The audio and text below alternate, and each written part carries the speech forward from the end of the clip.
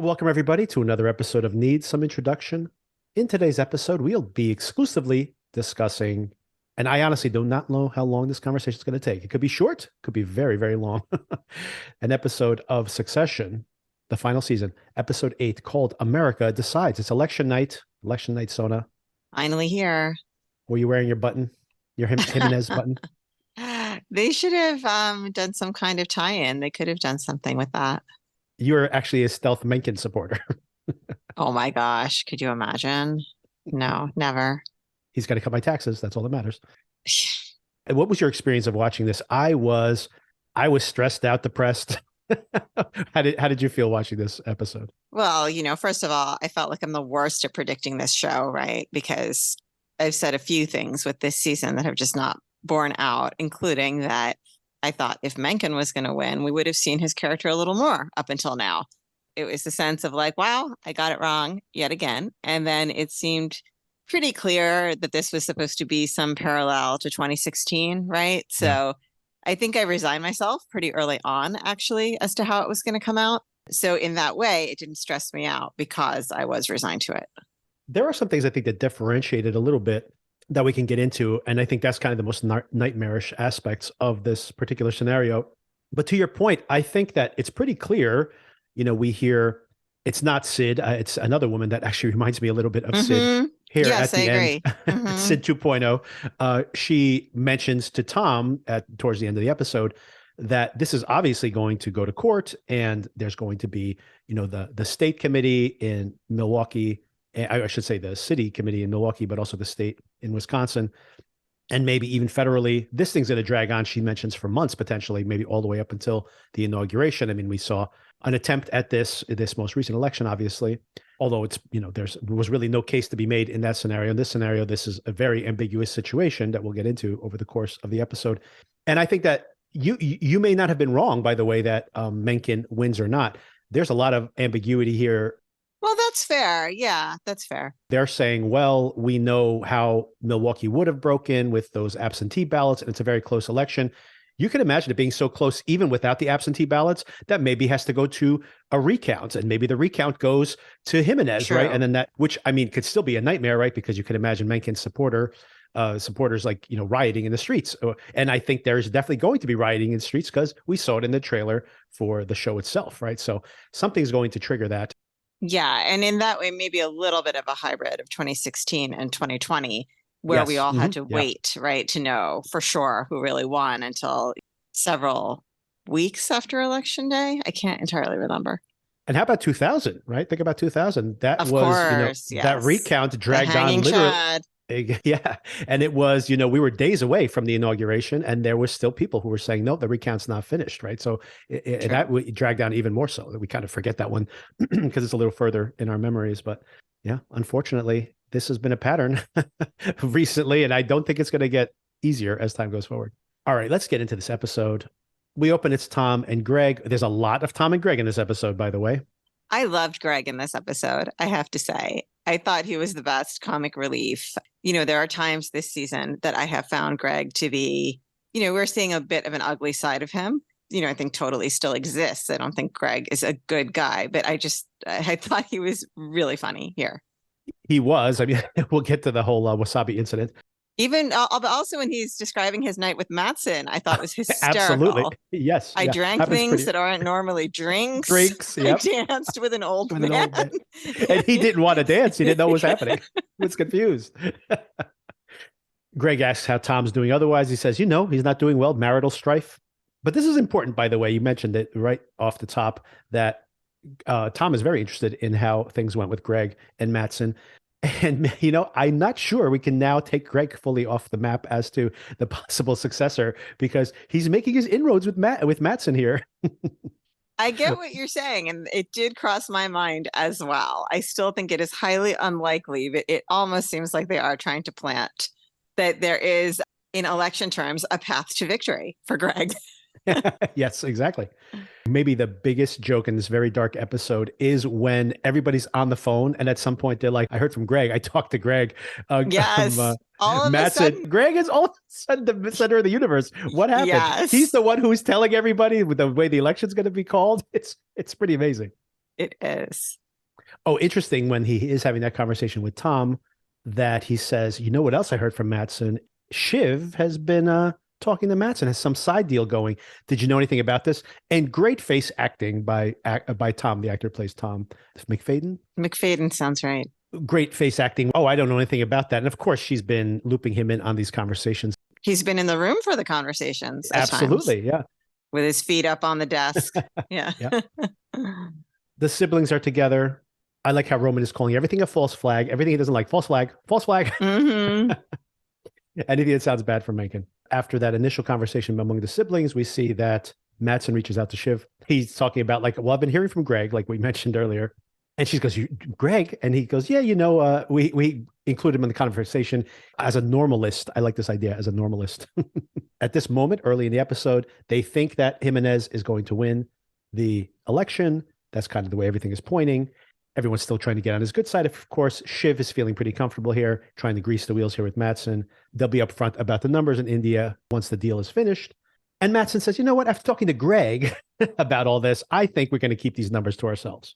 There's a lot of stuff leaking out that Mencken's people are driving around in vans. They're kidnapping people, intimidating people. Leaving them by the side of the road. Yep. Nate calls Shiv and wants to know who's watching the Watchmen. Shiv says, I am. Yeah, she's doing a great job of it in this episode. Mm-hmm. And this is when they find out that some rumors about some fights in Wisconsin, it's actually more serious than that. It looks like a ballot processing facility is on fire. Right. Which, of course, becomes a very central event here in the episode. Mencken has a call with Roman. Originally, he thinks that Roman and Kendall are both being called to meet with him. Turns out, no, he only wants to meet with Roman. This makes Kendall uncomfortable. And then Rava calls Kendall as well. She's being followed. She's uncomfortable. They might have to swing by the building because they have good security there. It turns out that, no, I don't call my daughter when she's being intimidated. I hire a security detail to tail her. Mm-hmm. Good parenting right there.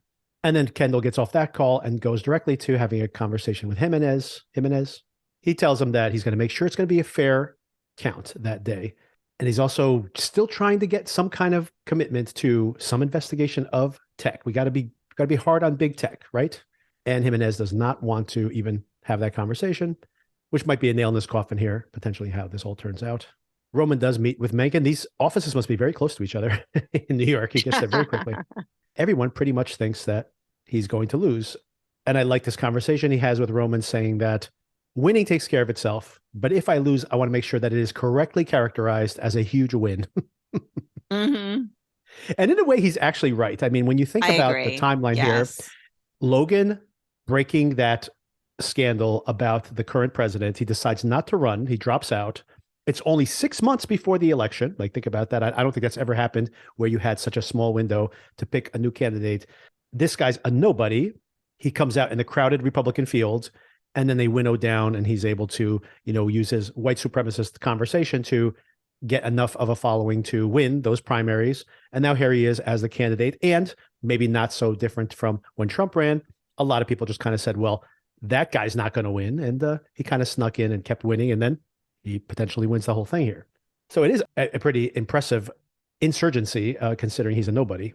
Mm-hmm. Everybody feels like Greg is a threat all of a sudden. Shiv is threatened by Greg. But then Tom is like trying to tell Greg that what menu he needs. No bodega sushi. We know who ends up eating the bodega sushi. Yeah, I think that was a reasonable decision on Tom's part. Tom was obviously a little Yes, bit on edge and hysterical for this entire episode. His reasoning was sound. Like, this is not the time to roll the dice with raw fish from the bodega. Agreed. I mean, that's the type of thing that when you get sick, people are like, well, yeah, you ate sushi from the bodega. So he wants some pasta. He wants, nice, neutral food. Very neutral, yes. Not even tomato sauce on the pasta, just olive oil. But Greg says to him, Mattson was scary, but he does feel like he made some inroads there. And he wants to talk about the whole me of the situation. Mm-hmm. Tom, quid pro quo. What can you do for me? Tom doesn't not want to have this conversation. He's definitely jealous of this, the fact that he's made no inroads with Lucas. I mean, Lucas just spent the previous day making fun of him that he's going to get fired from his position. Mm-hmm. And Greg is now coming back with like some pretty good feelings about the whole situation. And he wants Greg to go out and get him some coffee. He can't be cloudy tonight. They could be blown back to amoebas if he makes the wrong call tonight. And Greg goes, I'm not on the coffee anymore. I don't want to. And he's like, you got to do this for me. And Greg goes, well, I have that other thing you asked for. I think this is going to be important, by the way. And I'll tell you my theory of the case at the end. Okay. He wants Greg to do it with him. He doesn't want to do it by himself. Greg pretends to snort it, which is very funny. He calls him out on it. And then he says he also doesn't want to get addicted. If he does cocaine 2 days in a row, he might become an addict. Greg needs to take some tips from Shiv on how to distract people from the Yes. fact that you're not Good- doing the drugs Good that you're point. offering. Good point. You just start a conversation and start to do it and Yes. fiddling with it, and they forget all about it. Yeah. And the perils of the glass office. That's a good point. Yeah. I got the whiteboard to protect them from what they're doing. I do like that Tom calls out the fact that this is good for your brain. Are you saying all those Aztecs were stupid? Don't be a racist. It's all do drugs. Don't be a racist. I also like the fact that he warns him that this is not a thing. It's not going in your book one day. Connor's upset that he's not getting the coverage he wants. What did you get your read on Willa here? She's saying this is Schrodinger's cat until anything can happen until we get the count in. If it's going to happen anywhere, it's going to happen in Kentucky. But the Kentucky numbers come in first, and they are not good for Connor. Connor immediately starts to dread the fact that, maybe this was a miscalculation. He missed his chance. But the read I was curious to get on this is Willis says some pretty funny things here before that becomes official. Connor is just basically rubbing his hands together saying like, wow, this is so much more fun when you're actually running for president to be. You're way more vested in this. It's like betting on a game, right? Like as soon as you bet on like the Super Bowl, it's a way more intriguing game once you have money in it. Yep, for sure. And Willis says you got to be in it to win it, which is hilarious because basically this means that he bought a $100 million lottery ticket. He didn't buy $100 million worth of lottery tickets. He bought a $100 million lottery ticket. And that's in a vacuum where everybody's chance of winning is equal, which it is not. Right. Exactly. Good point. Good point. As soon as he finds out that he does not win Kentucky, it's no longer Schrodinger's cat. He wants that deal with Mencken. Suddenly the slows are a go. There were a lot of good rhymes thrown in there. So Tom now, after doing his coke, is pretty disinterested when this reporter comes in, who seems to be doing most of the actual work. And she tells him that the Milwaukee fire looks to be like a real thing. There are vans in the street in Oregon. She's starting to say that she thinks it should be covered as a story. Well, I think and also, why am I seeing this on my phone and not on our television news network, right? True. And Tom is totally calm. He's just like, yeah, whatever. Your judgment is best. But wait a second. The touchscreen doesn't work. Now this is priority number one. Chaos. Which I think is very telling, right? Like, especially in cable news, it has to be visual, right? If there's a visual component to it, it gets coverage. All the real stuff, like, there's a fire, there might be a terrorist attack somewhere. They're like, yeah, whatever. I'm not really that engaged. Wait a second. The touchscreen's not working. That's the prioritization of everything on this show and maybe in our media in general.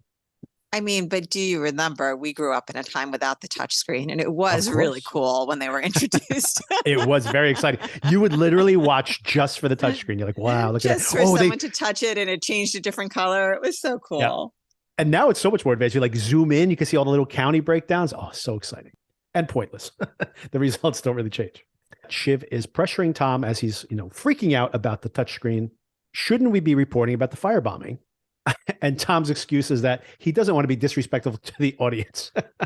You wouldn't want to give them factual news if it's not what they want to hear. Which, once again, maybe another satirical point here about our actual media. Yes. Roman, of course, calls everything a false flag, continues to call everything a false flag. Because maybe it was the Antifa people who bombed. It's like, yeah, sure. They love fires, he says. They do love fires. Now, this is the first scene we probably have to spend some time parsing out because it's so much stuff happening here at the same time. The touchscreen thing is going on. Tom's freaking out about that. And then he gets a notification that there's a reporter coming out to talk to him about the coverage, about the election, about the potential terrorist attack on this ballot facility. And she says they're out 3 or 4. She's got 3 or 4 minutes. I'm calling this out specifically because this is the moment that Shiv decides to tell her that she's pregnant. Oh, I know. Oh my God. This thing's a shit show, right? Like Roman is down there. They're trying to get him out of there. There used to be a separation of church and state, basically, when Logan was there.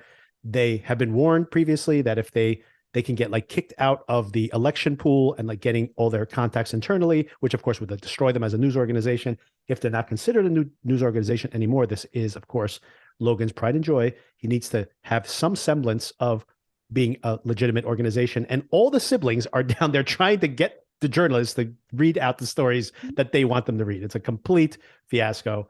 They're using Greg to hoard them out of there. And with all of this going on, this is where Shiv takes Tom aside. She does apologize to start with, and then she is going back and forth with him. He has this face. She even calls it out, right? She goes, I can't do this to that face. And he's like, what should I do to my face to make you happy? And he does get pretty ugly. He says, not only you hated your father. She goes, I loved my father. He goes, well, it was complicated. And you did kind of kill him. Ouch.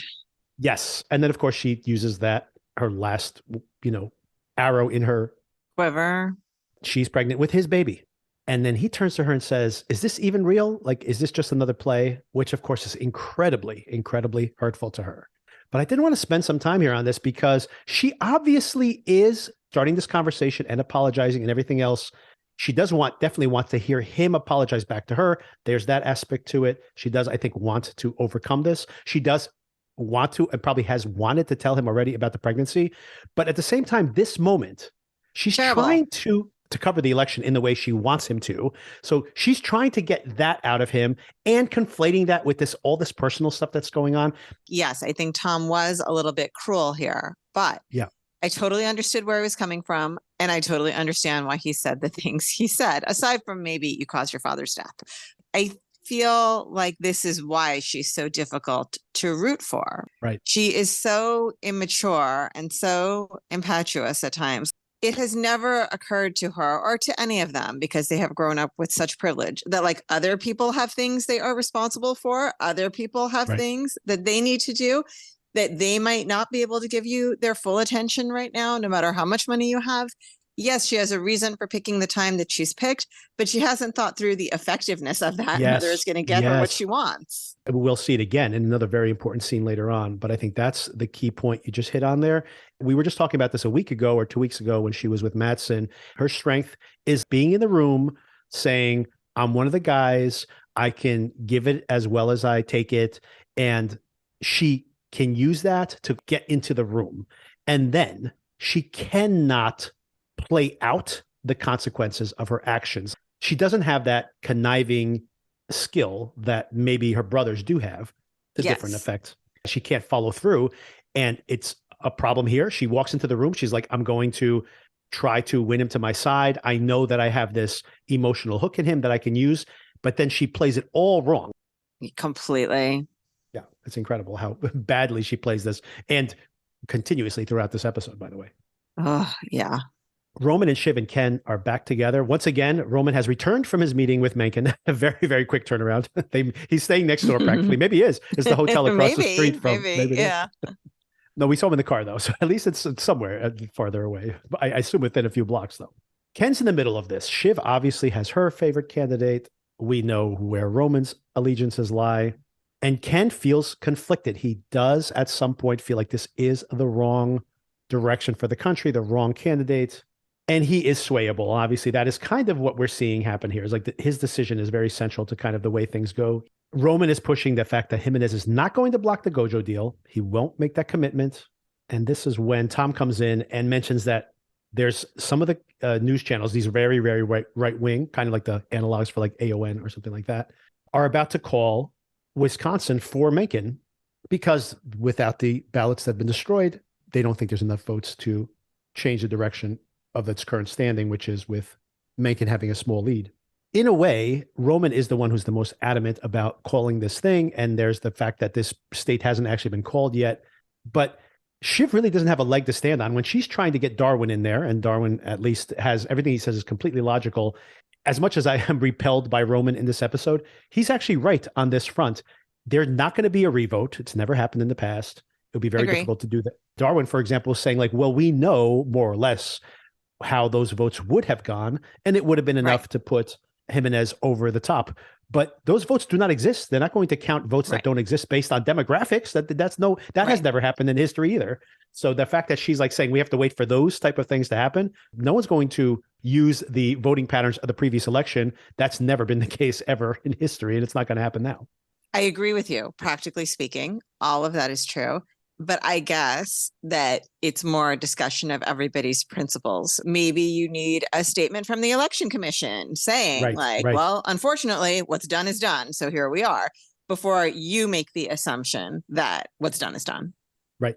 Actually, I think you make a really important point. If this election gets completely screwed and they're going to eventually blame ATN for calling it too early, for example, and I have a feeling that's probably the direction this is all going to go, things might reverse, and now they're going to be smeared by this scandal. Right. And that's why I think also they had some discussion about the caveats, right? Right. Of like right. maybe saying, well, we call it, assuming that there is no way to do anything about this situation. And with the knowledge that this will probably be litigated and that could change everything, you could go through a whole long list of contingencies in order for you to make that call. Only if none of these other things come to pass, then Mencken wins. Right. And maybe this was happening and it was in the background, so we didn't notice. But I assume if there's any kind of lesson that we can learn from watching this, and it is a very terrifying prospect that something like this could actually happen, but it probably could. To your point earlier, maybe the real screw up here would be that the election commission should have come out immediately and said, like, this is going to be our process. Like, this is not going to get called. Right. We can't make a call on this. Yeah. Right. Constitutionally, every ballot must be counted. Those ballots do not exist in a vacuum where there is no information. Then whatever people say is true. And I think Roman understands this. Whatever people say is true will become the truth because no one else knows what to do. And if they go first, then they set a precedent in and of themselves, right? Yeah, and they talk about and that, he gets that. creating that momentum that can carry him. Yes. Right, exactly. I mean, because yes, technically all of those things are true. But then, of course, the lawyer in me was, well, everybody that voted in that area that's ballots were affected could swear out an affidavit saying, I voted on this day and this is how I voted. And it is an affidavit. You are signing and swearing under the penalty of perjury that you voted in this way. It would be a logistical nightmare, but it's probably true that some remedy could have been constructed. Honestly, that's what's interesting about this scenario. And I don't know if this is legally true, but what is very interesting about it is that theoretically, a revote is actually a potential because you can imagine being sued and saying that, every vote must be counted literally in the Constitution is what it says. And you can't be like, well, those ballots were destroyed, therefore we don't count them. That doesn't work either. Right. Exactly. And like to your point, I think that's a good solution where you can simply say, well, you attest that you did make this vote. And someone can say, well, they didn't vote that day. Maybe now that they know the results, they're going to vote a different way because they don't want my candidate to win. Right. But then you could argue there's a lot of people who didn't vote who maybe are voting for your candidate now with a second chance, right? And they could be lying on both sides. So it's, obviously whoever is currently winning in the count is the one who is adamantly opposed to whatever the contingency would be. But that can drag on for a very long time, as we know. Very long time. Then we start hearing Ravenhead is actually taking talking points from Roman, and he's really good at spewing this garbage, like blaming it all on Antifa. And this is just like running as a flow in the background. And the dialogue is really terrifying here. Like I can completely imagine that it's an election night and one of these demagogish TV personalities starts running their mouths in this way and like fomenting a revolution potentially, right? It's a very terrifyingly possible circumstance here. Mattson calls Shiv once again. And not only, first of all, says, what's going on here? Do I have to cozy up to this Mr. Scary now? And he says in passing, once again, I hear from Greg that you guys are fighting. Greg is talking to everybody. And then Shiv goes directly to Greg and says to him, do you find me attractive? And he gets very, very uncomfortable. And she goes, because I want to know if you're going to fuck me. And he's like, I don't want to have this conversation. She goes, oh, I thought you were one of the disgusting brothers. Right. So throwing all that in his face. And she says, if you try to, I'm going to kill you. And then he once again says, okay, you're talking to Mattson. I know you're talking to Mattson. What's in it for me? Once again. And she's just like, I won't kill you. But that's not enough for Greg. And understandably. She's misplaying her hand. But Mm-hmm. hey, Tom did the same thing when he got the same opportunity earlier. Roman comes in to talk to Kendall because he knows that Kendall's still on the fence about making the call and says, Mencken says that he will back us. He's going to kill the Gojo deal. And he's the kind of guy who's just going to do it. He's not going to be wishy-washy about it. He's going to do it. And this is when they have the whole thing that you brought up where they bring in Darwin and they start saying, hey, you know, given everything you said before and how this is probably not going to be revoted, we can make the call, but then we'll put up quote unquote pending call on the screen. You could even get on screen and describe the caveats, explain what the process might be. And then Roman, of course, is knowing exactly what he's doing here. He's like saying, what does it matter? There's still another 5 states. They're all close. This could break a whole bunch of different ways. Why not just call this state? We don't want to be the last ones here. We want to look good if Mencken does pull this off. And he gets them to make this tenuous call. And this is the beginning of a slippery slope, right? Mm-hmm. For sure. And this very, very dark sequence is alleviated by a little slapstick here when Darwin finally gets convinced to do it. He gets some of that wasabi in his eye. Hysterical. And Greg's like, let me help you wash it out with some LaCroix. It's the lemony kind. He goes, it's not even that lemony. It's just a hint of lemon. The lemony LaCroix, the worst flavor of LaCroix, I think. You know, I have seen so many heated debates about what the worst flavor of LaCroix is, but I have seen some hate for the lemony one. Yes. Connor talks to Roman and says, hey, maybe I give him a little more momentum. I will concede in his direction, and makes a public announcement saying that it looks like Mencken's going to win. I like Frank and Hugo's reaction as they're watching this happen. Frank says, Connor was running for president. Very funny in this concession speech. He says, well, we never know how things would have gone if it hadn't been for, I won't name them by name, but my first running mate. And then my second running mate. So he's had 2 running mates, 2 vice presidential candidates that quit his campaign. It's pretty hilarious. Oh, boy. Says, America, you flunked it. And he says, the conheads are coming. It's like a threat, like a terrorist movement or something. And Willa is watching the speech backstage, mouth open. Now it's getting later in the night. They call Arizona for Mencken as well. Everybody calls Arizona, even PGN.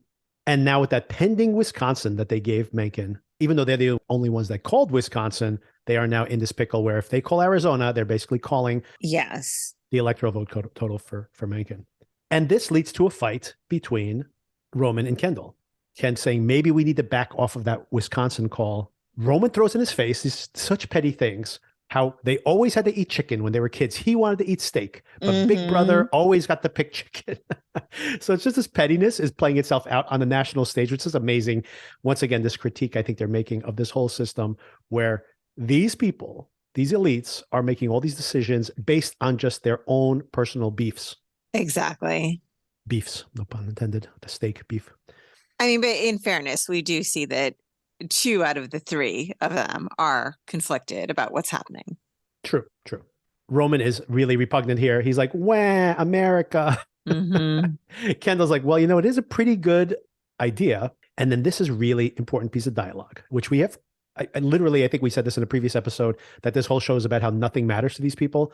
And that is exactly what Roman says here. He says, nothing matters. Whatever we break, we can pay for. He doesn't care. None of this matters. It's all about just what is best for them. And America, wah, whatever, big deal. And Insane. That's like incredibly cynical view. And I think we're seeing Roman in his true light here, right? Well, okay. I think we're seeing the Roman who just lost his dad and has all of this pent up emotion and no place to put it, and has lost his sense of identity because all 3 of them were so strongly defined by what dad wanted and what dad thought and what dad said. So I think, yes, this is a real part of who he is, but I think he's particularly unhinged and unchecked. I mean, he says a lot of that, right? He says, dad just died. Right. And and he says some very crude things about what America is at this point. And he basically says they basically just rape America now, motorboat its boobs, and he doesn't care about anything. I think that's part of it. But I also wonder, you know, I think you were the one who brought this up. Maybe it was Better Call Saul and watching the finale of that and then going back to the premiere and like kind of how these episodes become like bookends of each other. And I think Breaking Bad very much has that. as well. But if you want to go back to the beginning of this show, you think Mm-hmm. about that first episode where Roman is cruelly tormenting that kid with, getting the home Yeah. run, right? Yeah. You see, it's almost like all these characters are full circle back to where they are at the very beginning of the series. Like maybe they haven't evolved at all. But Right. we see that Kendall just at all costs wants to be CEO. He says it's the Shiv. He confesses the Shiv in another scene. We got to definitely break down that everything that's been going through his mind this whole entire time. But it feels like they're all just back exactly where they were at the beginning of this whole thing. Roman, I think we laugh at him because he blew up that rocket and Oh my gosh, an I idiot. forgot about that. He's been such a moron so many times, and in these kind of crazy plans he's had, he's always been kind of on the outs. So we never took him seriously. But now here he is getting what he wants. I don't even think that he is a fascist. He's like, he doesn't care. He just I wants to be agree. close to somebody who has that power. I agree. Kendall can't get the scale of this. He feels very conflicted, obviously, and he goes to talk to Shiv. This is an interesting pattern for Kendall too. If you've noticed, remember when he was on the outs with his dad and he had his own PR firm, he always had to have these women around him telling him he was a good guy. He was doing the right thing. He needs Rava to Mm-hmm, tell mm-hmm. him. Now he needs Shiv. He's always looking for women. It makes him feel like he's not doing the wrong thing because he undermines these decision makers every single time they do something that he doesn't want to comply with. Remember how he had that falling out with the head of his PR firm? It's always just to make him feel better. And he goes to see Shiv, and it's the same thing. He wants her to make him feel better. In his own roundabout way, apologizing for cutting her out of the decision making, he, deep down inside, has always fantasized about doing it, but doing it by himself, not with the whole family thing. Mm-hmm, He says, mm-hmm. but he still wants to have the family in there. This is a very weird way to try to win her over, kind of Mm-hmm. confessing in this moment, I know you've never said it to me, but you feel like I cut you out. And I kind of was trying to cut you out. And actually, Roman also. And I feel really insecure that Roman's getting close to the next potential president of the United States of America. So maybe that's the reason I also don't want him to win. So that's interesting, too. He's not even saying he wants to feel like he's a good dad. And this guy's probably, if he actually wants to walk his walk, this guy's not good for America and not his view of America. And at the same time, he's saying, but deep down inside, I really just don't want Roman to win because it makes Roman more powerful than me if he's the one who's best friends with the president of the United States of America. So all this pettiness comes out. At the end, he's just having a conversation with himself here at this point and trying to get some positive feedback from her and says, I'm not a good dad. And her response is pretty incredible. She says, you're okay. You tried. It's all we can do. I like how she can't even be a full-throated, no, you're a good dad. If she had, I would have been like, wow, she is lying right to his face, which she does do just moments later. Yes. But, but very, very badly. So we know what a bad liar she is. She is a bad liar. And maybe she Yes. knows that about herself. And that's why she Right. was like, it'll be transparent anyway. I don't feel good about this. If you can get Jimenez to promise that he will do some kind of investigation and try to end this Gojo deal from going through, then I'll back this other call. And then this is a huge, huge miscalculation. Once again, speaking to how she's terrible at following through with these plans that she's not good at making to start with. She pretends to call Nate. She's so bad. Goes in and meets up with her brothers again.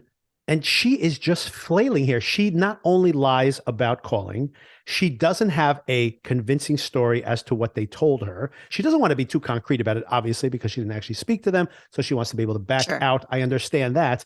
But she walks into that room having no idea what she's going to say to him. And it just gets from bad to worse. He says, oh, that's not enough because it's so wishy-washy. Calls up Nate. Mm-hmm. And this is a great scene, by the way. It's all happening. She's talking to Roman about one thing. Now Roman's panicking that this vote might go a different way between the siblings. Meanwhile, you see Kendall on the phone with Nate, looking at her, knowing what happened, then walking over to Greg. Greg is, ratting her out about the whole relationship between her. And then he comes in with all this information, but she's just watching them through this glass. You don't hear anything they say. You just see it all happening. It's really, really cleverly done. Yes, I agree. And then that's when Kendall walks back into the room and goes, Roman is right. We're going Mencken. And they call Tom up. And Tom's like, hey, not my decision. I just do what they tell me to do. Even though all day long he's been saying, I'm the decision maker. Nothing happens till I say it. And now they're like, well, they told me to say it. I got to say it. Shiv calls him Pontius Pilate. We're trying to wash his hands clean of this decision. And then, of course, as is the pattern of this episode, Tom is going to go tell everybody, which means he tells Greg to go tell everybody. And then you see Greg and Jess, who, of course, is probably going to be more impacted by this presidency than Greg is. Mm.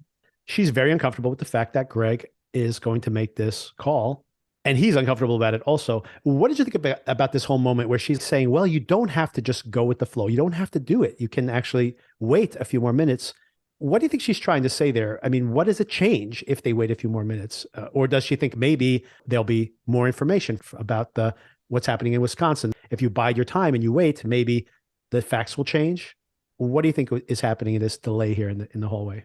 I'm not sure, practically speaking, what's happening, but I feel like this episode was very much about everybody's lack of conflict with their own principles and what they have signed on to do as a livelihood and the consequences of that. I'm not really sure practically what she thought could or would happen, but I think it just was in keeping of people really being faced with the consequences of their choice to be on this side of things.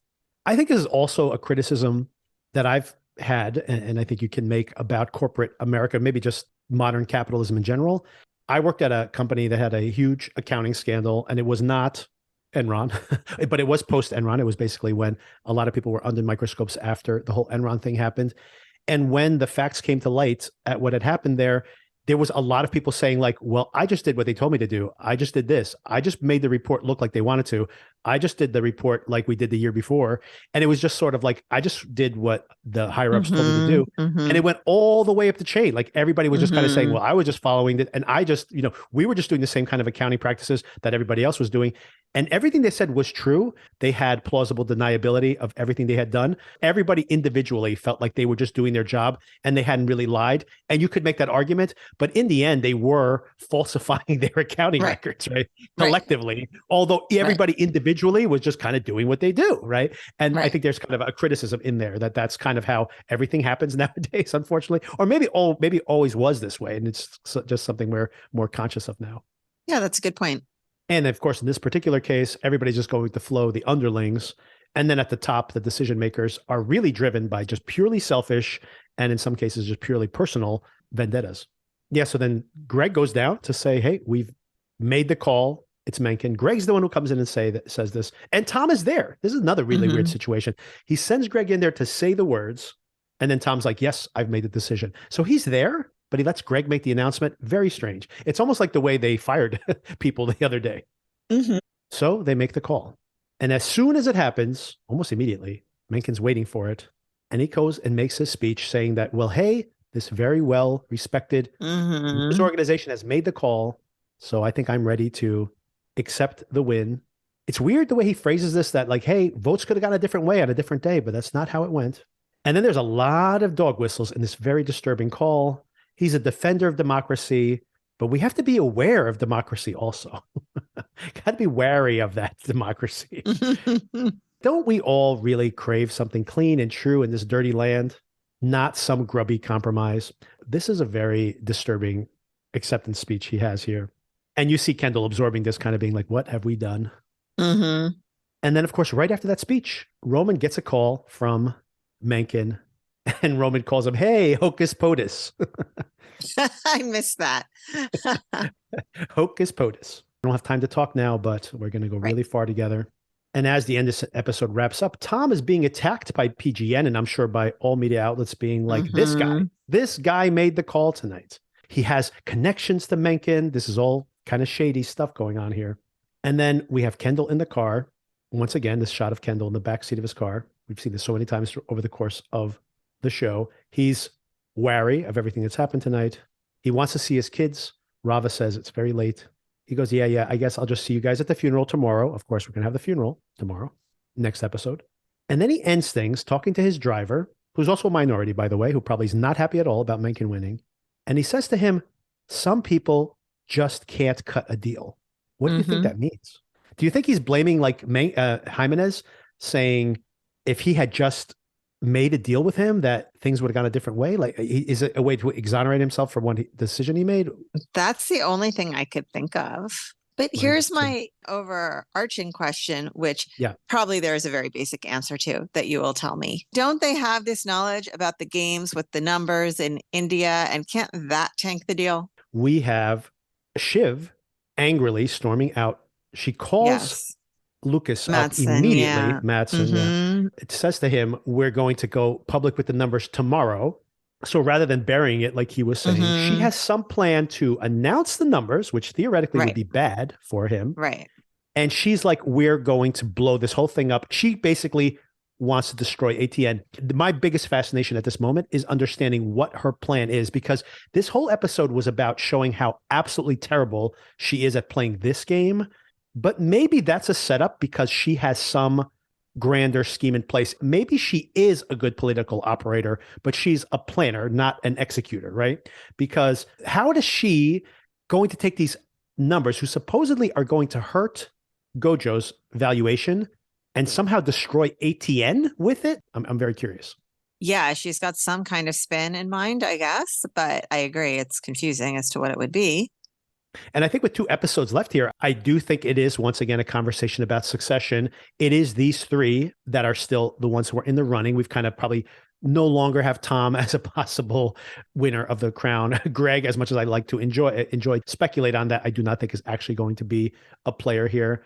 But I think this is the question that remains. Kendall still wants to traditionally take over for his dad. You see right now, Roman maybe has been playing an angle this whole entire time. He is currently one of the CEOs. He has dirt on his brother. If his brother does not decide to concede, maybe he'll say, "I'll tell everybody about what you did." And who has Menken's ear right now? I do. So now Roman has a play. Kendall has the current power position, but it is definitely endangered. And is Shiv now going to say, "Look, ATN, they didn't listen to me today. I am never going to be heard here, but Matson will listen to me. I'm going to make him cut a deal with Mm-hmm. me. He has to listen to what I have to say. I'm going to win this whole thing for him. I'm going to tell him, look, you're going to get ATN. My plan's going to work. You make me the CEO of ATN." These three are literally right now all maneuvering for that position once again.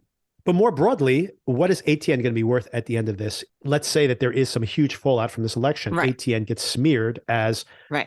and by the way, I am pretty sure Tom is going to be scapegoated. I think that's why the Coke thing is actually very important, that they're going to be like, what was Tom thinking in making this call?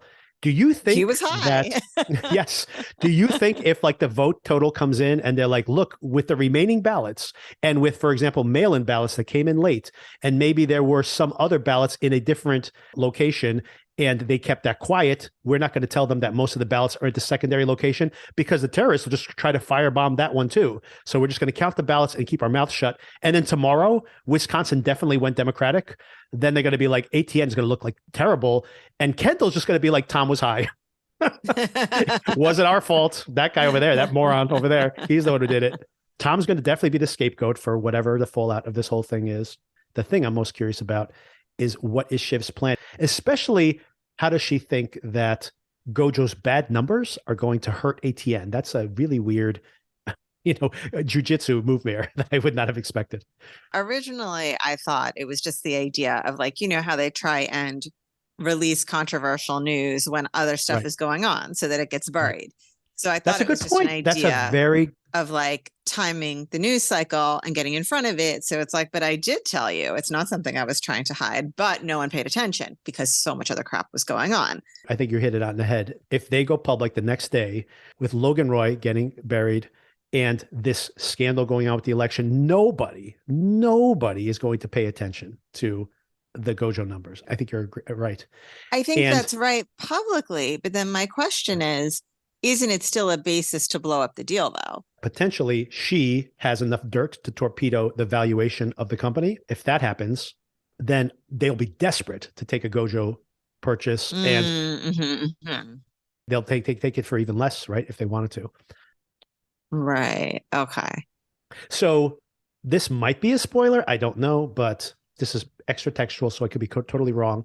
Part of the reason I think that you might see Kendall end up with ATN and ATN may be worth almost nothing is because people have made all these different analogies to like what Shakespearean play this show could correlate to.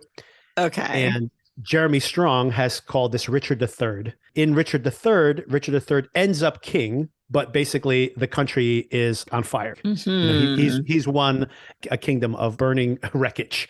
If that's the case, you can imagine ATN has no value, but he now is CEO. Congratulations, Kendall, you did it.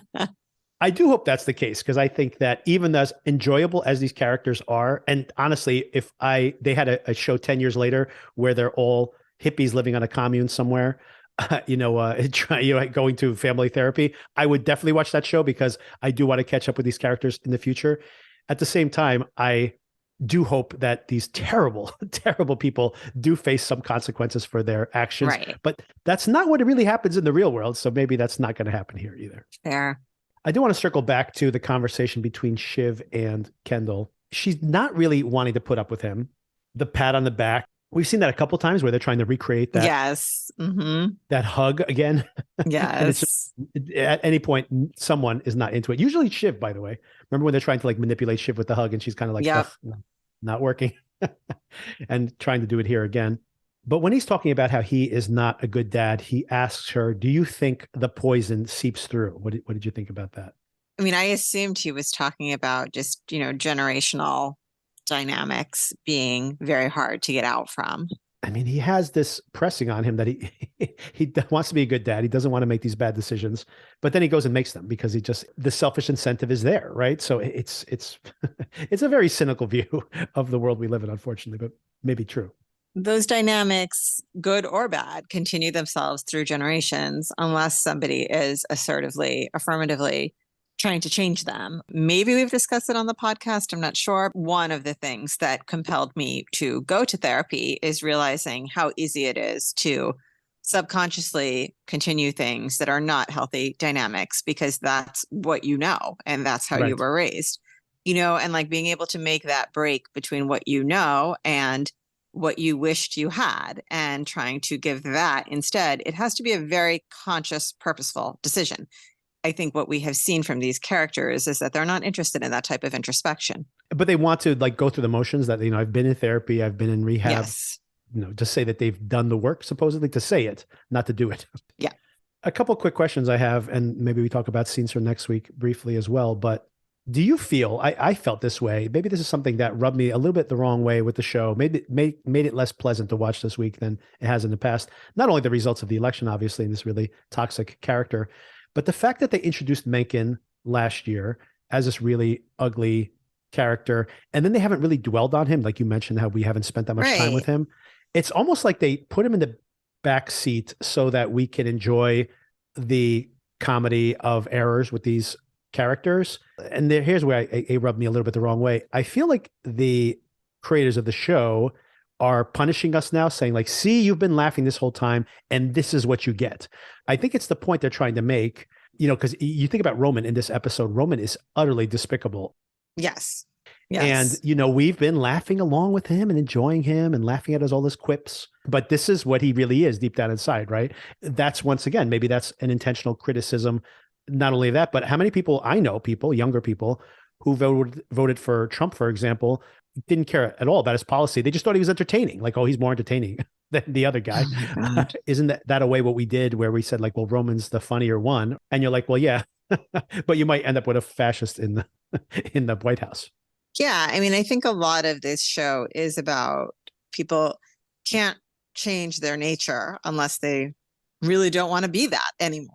They have too many advantages to being who they are to have a reason to change. So yeah, I think it's one of those things, I'm sure we all have had friends like this or coworkers like this. You see them do something really awful that you think oh, but I get along well with that person. It's so strange that they would do that, because we have an understanding between us and whatever.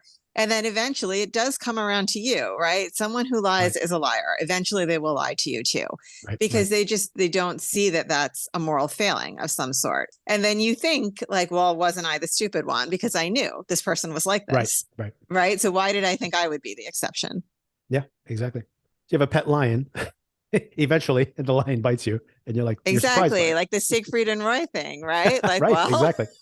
It was a tiger. There's that Chris Rock joke about it where he says, Yes, everybody's talking about how the tiger went crazy. The tiger went tiger. exactly. Oh, and the last thing is I wanted to talk briefly about the scenes from next week. Interestingly, we don't see Roman giving the eulogy. We see him practicing the eulogy. Yes. Do you think he ever gives this eulogy? I have a feeling that he's not going to be able to do this. He's going to like break down. I could be totally wrong about that, right? Yeah, what an interesting point. I hadn't picked up on that, but I could totally see that happening. Absolutely.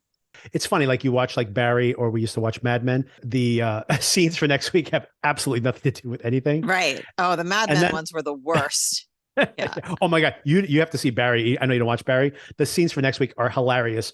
They literally will show like a 10-second sequence, unedited, just a 10-second sequence from the next episode. And usually it's a scene where no one is talking. Like people will just be like sitting in a diner eating for 10 seconds. And that's it. That's the preview for next week. So it has absolutely nothing to do with anything. Yeah, the Mad Men ones would be like somebody hanging up a phone looking annoyed. Yeah. Yes. Oh my God. It would be like 15 shots of random stuff put together. It was crazy. It was like Dadaist or something. But this show, unlike that, it's playing a game with us in the coming attraction. So I am curious to see if they're, setting expectations and then just to knock them down afterwards. Right. Totally forgot to mention is I was pretty certain we were not going to see the grandkids again, but we saw Sophie this week for a split second. We saw her in the car. Yes, just for a second, and sitting down so that her age is a little bit more ambiguous. Very important. But are we going to see Iverson next week sitting down? Yeah. They have a special chair for him. They give a special chair for him so I can sit lower than everybody else. We'll see if he makes it to the funeral or not. 2 more episodes. 2 more. It's all over. 2 episodes. Pretty crazy. Wow. And the last episode, by the way, supersized. It's going to be over an hour and a half. This one was pretty long. It's like an hour and 10 minutes or something like that. So it's already pretty long episodes we're talking about here. And we'll know how everything turns out soon enough. That's right. Just around the corner. And for anybody who's catching up on Barry, Barry will be wrapping up on the same exact night. What a night for HBO to have Barry and Succession wrapping up, when every single week, by the way, both of those shows setting personal bests for their viewership. So a big win here for HBO. I don't know what's in the pipeline. I mean, they have some big shows coming, but with the writer's strike, there might be some delays on some of these big things they have planned. What we are going to be watching, Sona maybe, I don't know yet. We'll be watching this The Idol, that's coming on right after Succession wraps up. Yes, I keep promising you I'll check it out, and I just haven't. I'm sorry. Today. I had 2 minutes to check out the trailer. I know, it's such a lame excuse. Oh my gosh. You're like, let me send it to you again. Yes. I will watch it today. I promise. Honestly, even if it's a disaster, it may be worth discussing. The season's only going to be 6 episodes long after they've spent like $100 million making that show twice. Yikes. And now it's only going to be, so it could be interesting, even if it's a train wreck.